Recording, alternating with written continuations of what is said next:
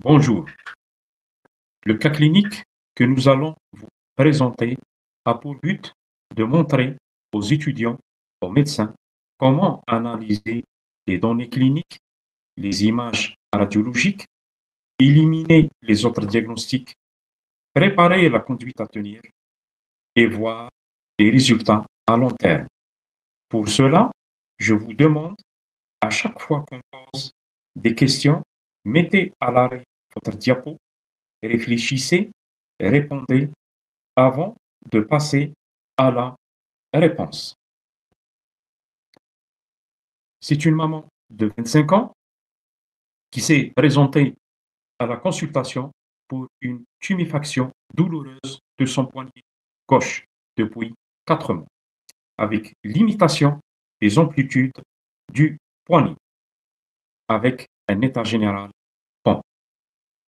Une radiographie du poignet a été demandée, un face, un profil du poignet. Quels sont les diagnostics que vous pouvez évoquer devant les données cliniques et les images radiologiques que vous voyez devant vous? Les diagnostics qu'on peut citer devant les données cliniques et les images radiologiques sont tumeurs à cellules géantes, les tumeurs brunes, chondroblastome, chondrosarcome à cellules claires, le kyste osseux, le plasmacytome et l'hémangiome agressif.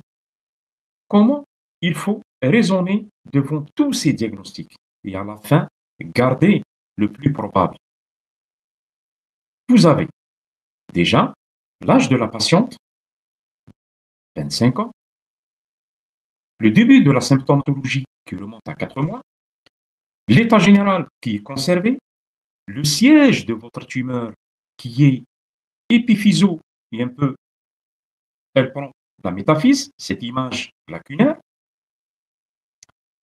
À la radiographie standard, nous avons une image lacunaire excentrée par rapport à l'axe du radius, qui est situé plus ou moins externe. On ne note pas de calcification, ni d'ossification, ni de réaction périostée. On pourrait éliminer, ou du moins écarter, le chondroblastome, le chondrosarcome, l'ostéosarcome. On peut faire un bilan biologique en dosant l'hyperparathyroïdie pour éliminer les tumeurs brunes. Quel est l'examen complémentaire à demander? Quel est l'examen complémentaire à demander?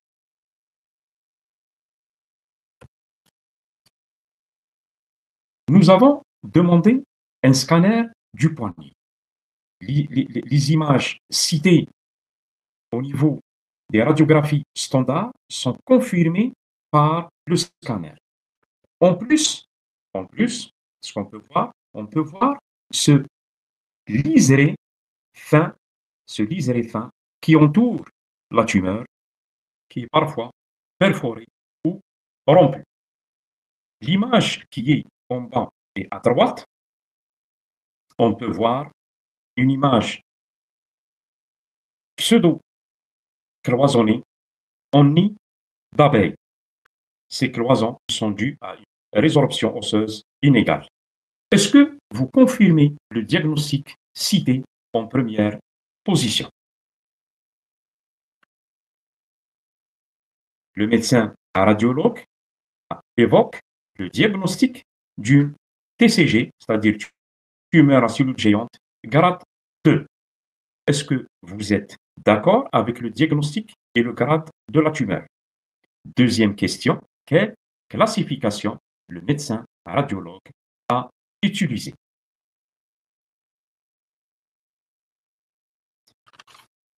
Il a utilisé la classification de Campanacci, qui est une classification purement radiologique, et il classe la tumeur en 3 grades. Le grade 1, c'est une petite tumeur bien limitée. Le grade 2, c'est une lésion relativement bien limitée avec une corticale peut apparaître perforée. comme le cas de notre tumeur. Quant au grade 3, la lésion dont les limites sont floues, avec extension dans les parties molles, qui n'est pas limitée par une coque osseuse. Bien sûr, après biopsie, le diagnostic d'une tumeur à cellules géantes est confirmé. Maintenant que le diagnostic est posé, quel examen complémentaire faut-il demander avant la prise en charge thérapeutique et pourquoi? Deuxième question, que proposez-vous à la patiente? Nous avons demandé une IRM pour voir l'extension de la tumeur vers les parties molles et voir s'il y a des niveaux hydroaériques pour éliminer le kyste anévrismal si on avait encore un doute. La scintigraphie est revenue aussi négative, c'est pour voir s'il y a des métastases pulmonaires. Pour notre patiente, nous avons fait un curetage extensif de la cavité lacunaire et nous avons comblé la perte de substance par un greffon cortico-spongieux qu'on a prélevé au niveau de la crête iliaque. Je vous signale que le curetage a ramené une substance gélatineuse brun chocolat qui est caractéristique de la tumeur à cellules géantes. En plus du complément cortico-spongieux, nous avons injecté de la moelle osseuse prélevée au niveau de la crête iliaque. Après cette intervention, nous avons plâtré la malade pendant 2 mois. La question qui se pose, selon vous, quelles sont les complications qui peuvent en survenir? Deuxième question, quel est le devenir de cette intervention?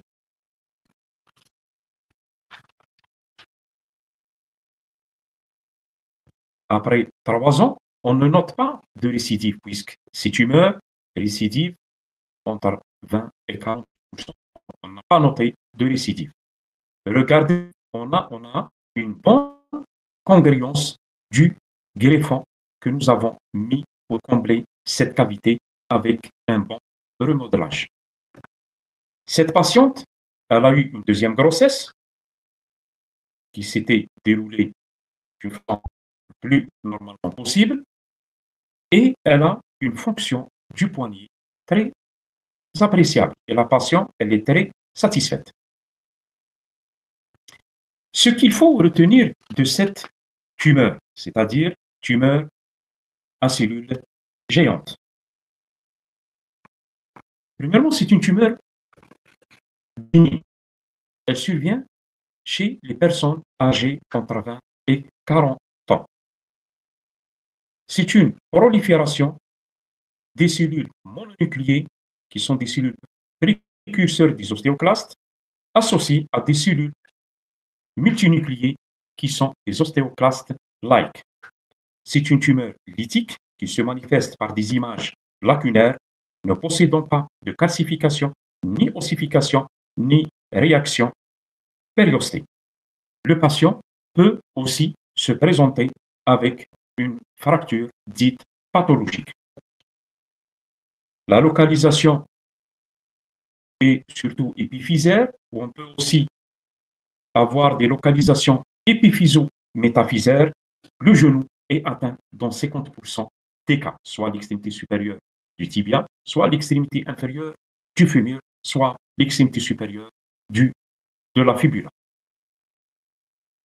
Elle peut envahir les parties molles, c'est le grade 3 de Campanacci. Donc, les métastases restent rares, mais elles sont surtout pulmonaires. Il faut connaître les diagnostics différentiels par rapport à cette tumeur que nous avons déjà cité au début. Le traitement chirurgical est prescrit dans la majorité des cas. Il consiste à faire un curetage chirurgical avec comblement de la cavité, soit par des greffes corticospongieuses, soit par du ciment ou autre. Certains auteurs utilisent les biphosphonates, mais ça reste controversé. La radiothérapie a le risque de faire passer cette tumeur bénigne vers la malignité. Et je vous remercie.